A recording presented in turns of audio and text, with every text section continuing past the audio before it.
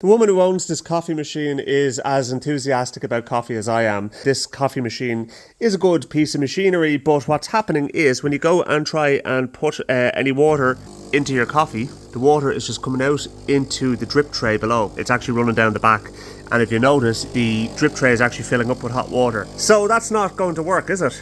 So I had to dig a bit deeper. First off, unplug the machine and I wait for it to cool down. Then we can take off the water tank from the back. The thing we need to do is remove a screw that's up there where the tamper goes. There's another screw over there on that side. And there are 3 screws on the back. This one, and this one. You don't actually need to remove this one here or this one here.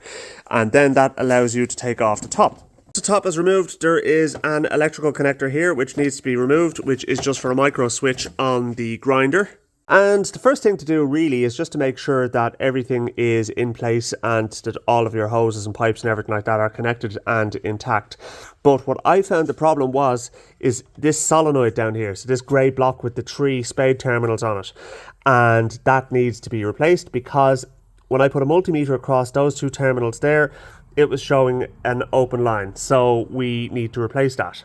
So first thing we need to do in order to replace this solenoid is we need to remove this little clip here. That allows us to pull this pipe out. And you'll see the O-ring remains in behind. You're going to need to pull that out again to pop it back onto the end of the pipe before you put it back in again.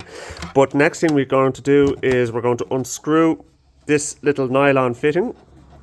So that's going to come off from there. And using a deep 13mm socket, we are going to undo the nut that is holding the solenoid body in place. And after removing the 3 spade terminals, you can retrieve this little doofer here, and that is the solenoid body, which is the electromagnet essentially that operates the valve. And there are the details there. What I would suggest you do is order 2 of these and replace both of the solenoids, because if one is gone, the other one's not going to be far behind it.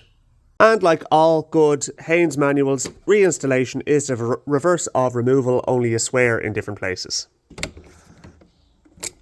You really don't need to go too tight on this.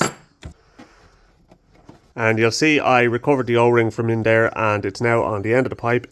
So that's just going to pop in there like so. And our little clip will go in the side. Now I do of course recommend that if you're going to test it that you put the cover back on, but I like to live dangerously, so that's not what I'm going to do. But let's give it a go. So power it on.